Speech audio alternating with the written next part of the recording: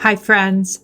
At the time of this recording, we in the Iranian diaspora and community at large have been witnessing a movement and uprising of epic proportions. The protests are giving us a voice, a certain kind of pride to be Iranian that we haven't felt. We support our sisters and brothers in Iran, and we hope and pray for a peaceful resolution soon. Our hearts go out to the victims and their families directly involved and at the front lines of this amazing revolution that's uniquely been started by women, young women.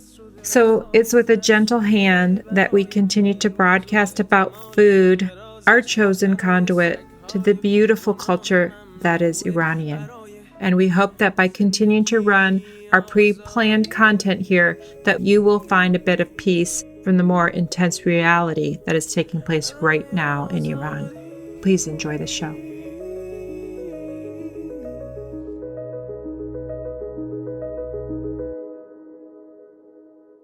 Hi, everybody. Welcome to episode 111, Persian American Thanksgiving.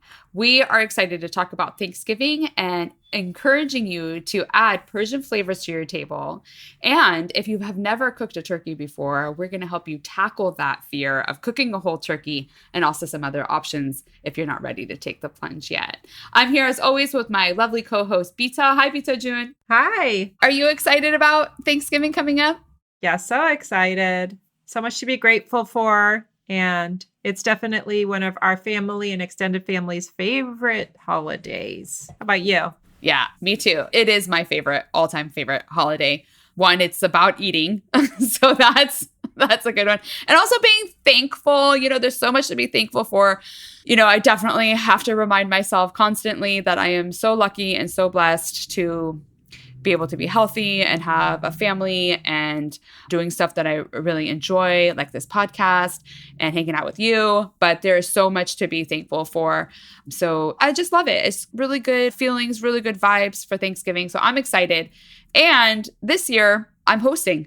So I'm hosting Thanksgiving. I'm excited about that. But let's talk about Thanksgiving. What are some of your favorite things or your must-haves on the table for Thanksgiving? Amazing. I just wanted to also put a footnote in that, very grateful that we have family and extended family that we can gather with every year. And I know that's not for everyone. So, you know, sometimes if your family decides to go out or on a trip, maybe the Thanksgiving food doesn't happen on Thanksgiving Day. It's just sort of a season to me. So I have been known to make some stuffing, like the week before, the week after, and, pull out some cranberry sauce and just to kind of have it. Doesn't necessarily have to be a big, huge Thanksgiving party, but that is what we do. Yeah, absolutely. And to your point, also, there's a lot of Friendsgivings and other opportunities to gather with friends and things like that. So yeah, absolutely. It's not always just surrounded by family or on that day. Friendsgivings are so fun. Thank you. Good point. Super excited actually to be going to one this year. I feel like kind of the veils of COVID have been lifted and we're definitely having more social gatherings and freely having good times with friends. So we're going to one and I love just all of the potluck element of taking a side dish. Yeah. Yeah. We have a friend whose husband likes to grill his turkey. So I'm kind of psyched to check that out. That sounds cool. So what are some of your must-haves on the table? What are you going to do? You're hosting. That's amazing. Yeah. Like I said, I love Thanksgiving. And I actually really enjoy hosting Thanksgiving as well. I cooked my first turkey about 11 or 12 years ago when I was living in New York.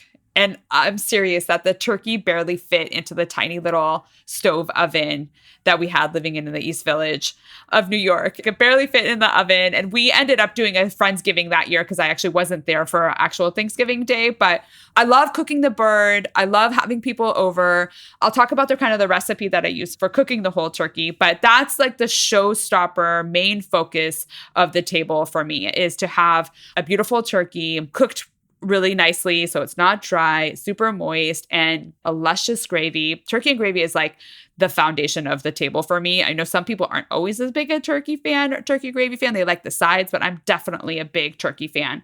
And of course, with some mashed potatoes, some velvety mashed potatoes, pour the gravy kind of all on top of them. And I definitely love cranberry sauce, and to have like the little punch of the cranberry sauce to like kind of really bring out the flavors of the turkey and the gravy together with the mashed potatoes is so good.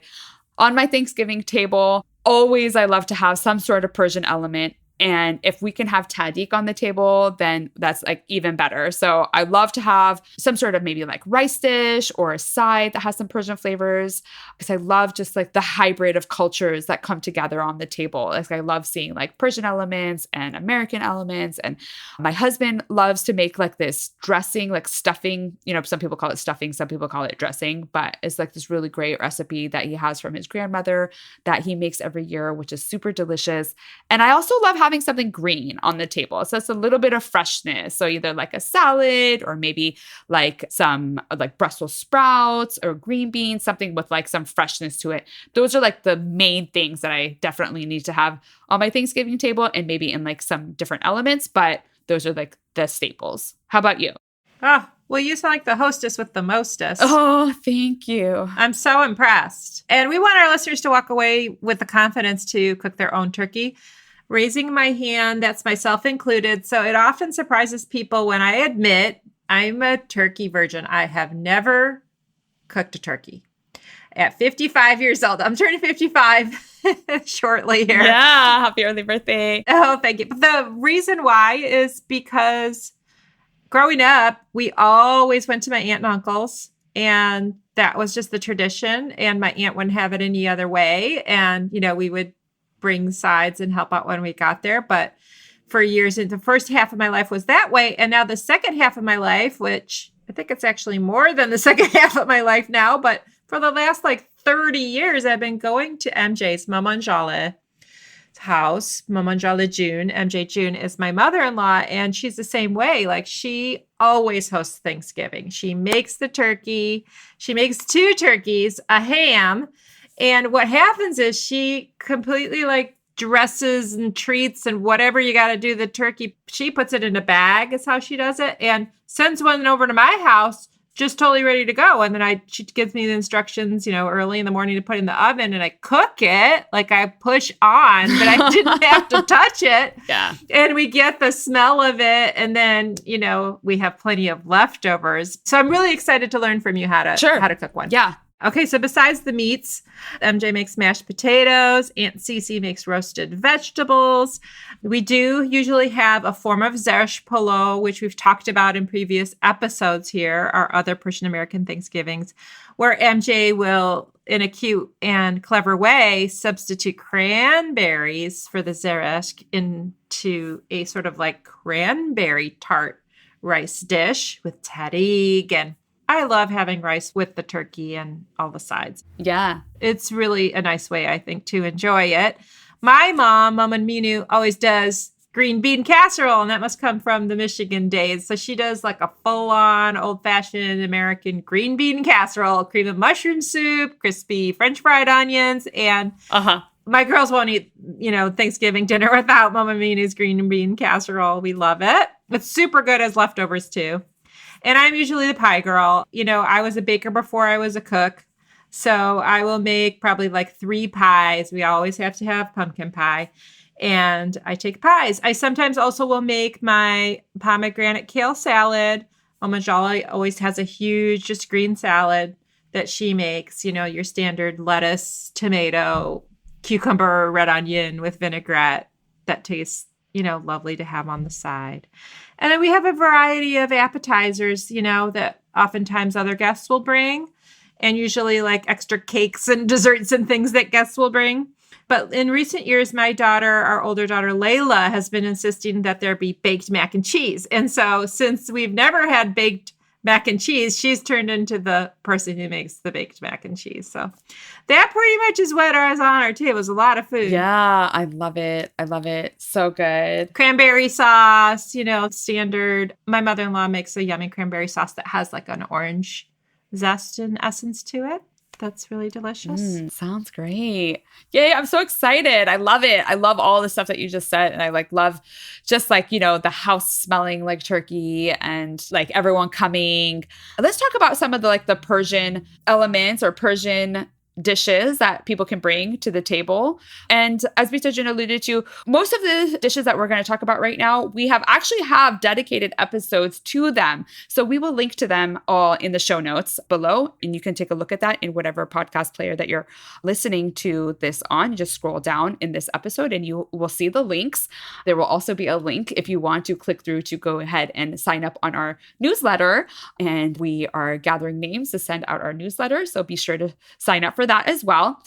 And also be sure to check out last year's Persian Thanksgiving episode. And we actually had a dedicated episode for Persian Thanksgiving leftovers. That was episode 59 and 60 last year. So be sure to check them out to just learn a little bit more about how we love to celebrate Thanksgiving. We used to talk about this a ton at the beginning just because we just make it so much. And I think it's like one of the perfect dishes for Thanksgiving is Lubia Polo. And Lubia Polo, for people who don't know, is a green bean and tomato rice dish. Typically, you have some sort of meat in it, which you can choose if you want to have like beef or lamb or chicken, or omit the meat or do tofu crumbles instead to have it like a vegan version. But I love Lubia Polo. It's always a family favorite. But if you want to bring that to your table, that's great. It also offers a gluten-free dish for someone who's not eating all the delicious rolls and breads that come with Thanksgiving. But Lubia Polo is great. If you want to learn how to make that, that's episode 58. You could check out from last year. We love eating Lubia Polo. And one thing that I like to do, and I'm going to be doing this year, is actually doing kind of like a khorake lubia sap. So basically it's like green beans and tomatoes and onions with the Lubia Polo flavorings, but I'm actually not doing it with the rice. I'm just doing it as a side of just the green beans and tomatoes and those flavors. So I'm not doing a green bean casserole this year. I'm going to be doing this like side of green beans. That's a cool way to do it. Yeah. As a side. Yeah. So it's a yummy like green beans with a little bit of tomato sauce and cinnamon. And that's the way I picture it. Are you going to put meat in it? I'm not going to put meat in it, but I'm going to put diced tomatoes in it and then saute some onions. That'll be delicious. And I think with like the cinnamon, I'll put a little bit of cumin and like salt and pepper and stuff. And also the main thing that you have to kind of really put in that is a little bit of lemon juice to really kind of get the Persian flavor to it. Yum. So I don't know if your family is into sun-dried tomatoes, but that could be a little twist. Ooh. If you're not putting meat, that could be a delicious twist, is to add some sun-dried tomatoes. Great idea. I'll play around with that. And they're kind of tart too. They add some acidity in the same way that the lemon juice might. That's right. And I love the texture of the sun-dried tomatoes. I want some. I'm so hungry. Yeah. I don't know how I'm going to get through this, Bita Jin. You talked about cranberry polo and Zereshk polo. We're going to do a combo Zereshk/cranberry polo this year as well. Oh. Going to actually garnish that with pistachios and almond slivers and saffron. And so that's going to be like kind of like a twist on, having cranberries on the table, but having it with rice and do the Zereshk cranberry combo polo. You should designate someone to be your photographer, because since you're hosting, you'll probably like have your hands full and be really busy. But I got to see pictures of that. Yeah. So. Okay. I definitely will. And that's true. Every time I have people over, I have great intentions of taking pictures of the food, but usually those are the days that like I don't take any pictures of any food, but I will put someone on task for that. Grab one of your brothers or someone to take all the food pictures for you. All right. Good call. Another thing that I really love to do when I'm entertaining is actually print out a menu. If I'm having a party or, in this case, Thanksgiving, but if we're having like other parties and such, I do really appreciate a menu. I'll print out a menu of like everything that I'm going to be serving, and maybe I'll put a little decoration on it. I love to put it in a little frame and actually put it on the table so everyone kind of knows what's going to be served, and if there's any allergens or anything, I can indicate it on that menu as well. Such a nice idea. I would think that really like elevates it. And if you have, I don't know how many people you're having over, but if you have folks that maybe have never had Lubia Polo or Zereshk Polo, they could see what it is, and you could put little notations. That's a great touch. I love that. Very nice. Yeah. So you're going to teach me how to cook a turkey or what? Yeah. Okay. So on to the bird.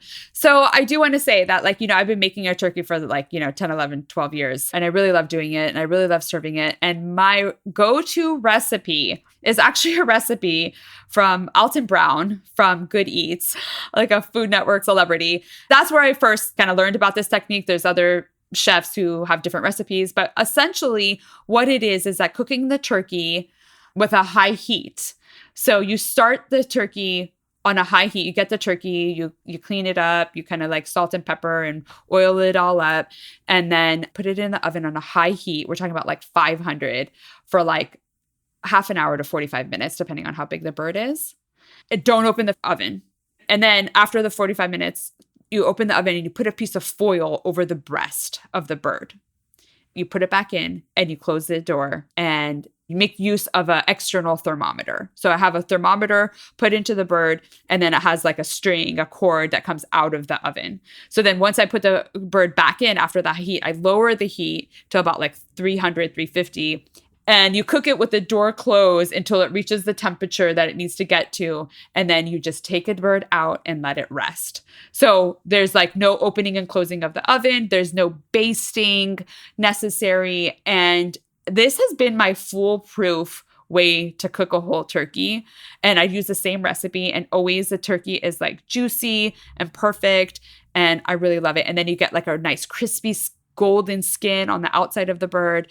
So that's my go-to way. You make it sound so easy and so delicious, because a lot of times turkey meat comes out dry. Yeah. That's the biggest thing I think about it, is that it comes out dry. But you didn't mention how many total hours. And the other thing is that like there have been recent recipe shares about chefs that are making turkey from frozen turkey. So like, do you buy it frozen? Do you have to defrost it overnight? I think those are the pieces that are intimidating to me, because my worst nightmare is that if I had people coming over, obviously I wouldn't make it for the first time when I had people coming over. But if I was going to make a turkey, I'd be so afraid that, that it just wasn't cooked all the way through. Yeah. So a few things on that. First of all, I'm really bad about that, but a lot of times I will cook a recipe for the first time when I have people over. But I kind of preface it, this is the first time I'm making it or whatever. So don't let that hold you back, because you might not like have the opportunity to make a whole turkey. And then if you're waiting, you might not get the chance. But anyway,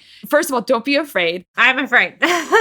That's a really good point. The birds that I get are typically frozen. I think you get a fresher bird if it's frozen, because they freeze it right away, versus the bird that's like a fresh bird in the grocery store may have been like fresh for like a handful of days at least before it actually even gets to the grocery store. Yeah, it's safer. It's just safer. Yeah, and a little bit more consistent. So yes, so if you get a frozen one, you need to let it thaw in the refrigerator, and I'll let it be like in the casing that it comes in, put it like on a like sheet pan or something like that, and keep it in the fridge for like 2 days. Okay. So you put it in the sheet pan. Is it naked, or does it still have the wrapper? It has the wrapper. I keep it with the wrapper on it still. Uh-huh. Then when it's thawed out, like after 2 days, then bring it out, unwrap it, clean it up.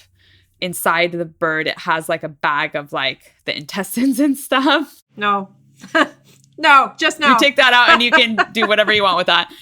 Salt and pepper, oil it, and then put it in the oven. And then how many hours? Like, I mean, from what my memory of the years I've been putting it in the oven is a good like 4 or 5 hours at least. Yeah. So this version, and I usually cook like a pretty big bird, like over 15 pound, because of the high heat start to finish is like 2 hours. Oh, see, now you're stripping down the fear. I'm gonna do this. Yeah. And I do love a crispy skin. Yes. You could try to do this if you are intimidated to cook a whole turkey. You could try it with like a whole bone-in chicken. Cornish hen. Cornish hen is small, so you have the chance of like kind of overcooking it or burning it a little bit. It is smaller, so I would definitely look up some recipes. But like if you wanted to do like a big chicken or something, you could start with do the high heat a little bit, and then you'd have to finagle the temperature a little bit and the timing, of course. But really the key player in this, like the star player in this, is the external thermometer. Oh, because what the temperature is. That it's cooked through. When the little beeper goes off on the timer, you set the temperature that you want and the beeper goes out, that bird is cooked. And it will continue actually to cook and go up like another 5 to 10 degrees after you pull it out of the oven. Okay.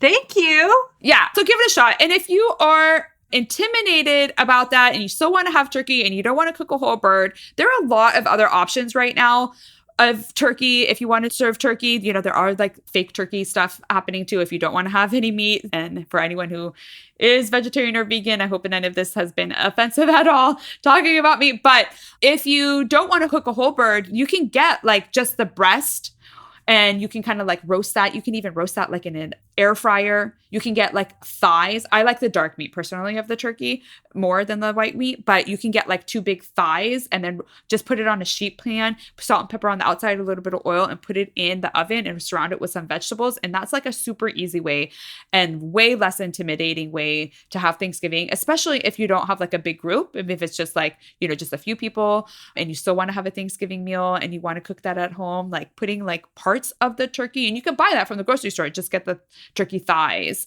or the turkey breast, and you can definitely have them a little bit more manageable if you're not planning on entertaining or having a ton of leftovers. Good point. Yeah. Just do the bone in and try it. Yeah. Thank you so much. The other thing is no shame. You can order it. I know a lot of people who order it and it comes already cooked and you get your turkey and Absolutely. Hey, it's a lot of work to make all of the sides and get your house in order and, you know, just to pull it off. And you don't have to cook a whole turkey, but I do want to try, and thank you for the walkthrough. I appreciate it. Yeah, absolutely. Great. Well, hopefully everyone has a really great Thanksgiving. Thank you, Bita June, for putting on the show with me, and hopefully that we can be inspiration to our listeners across the globe. You're welcome. Okay, Bita June, thank you so much. Thank you to everyone listening. Hope you have a healthy and happy Thanksgiving, and we will see you next week. See you next week. Happy Thanksgiving, everyone. Thanks. Bye-bye. Bye. You've been listening to the Modern Persian Food Podcast with Bita and Bita. Thanks for spending time with us. If you've enjoyed what you heard today, consider telling a friend or giving us a good rating. You can subscribe to our show for free on your favorite podcasting app or find us online at modernpersianfood.com or on Instagram for the recipes and information we talked about today. We'd love to hear your thoughts, and see you next time.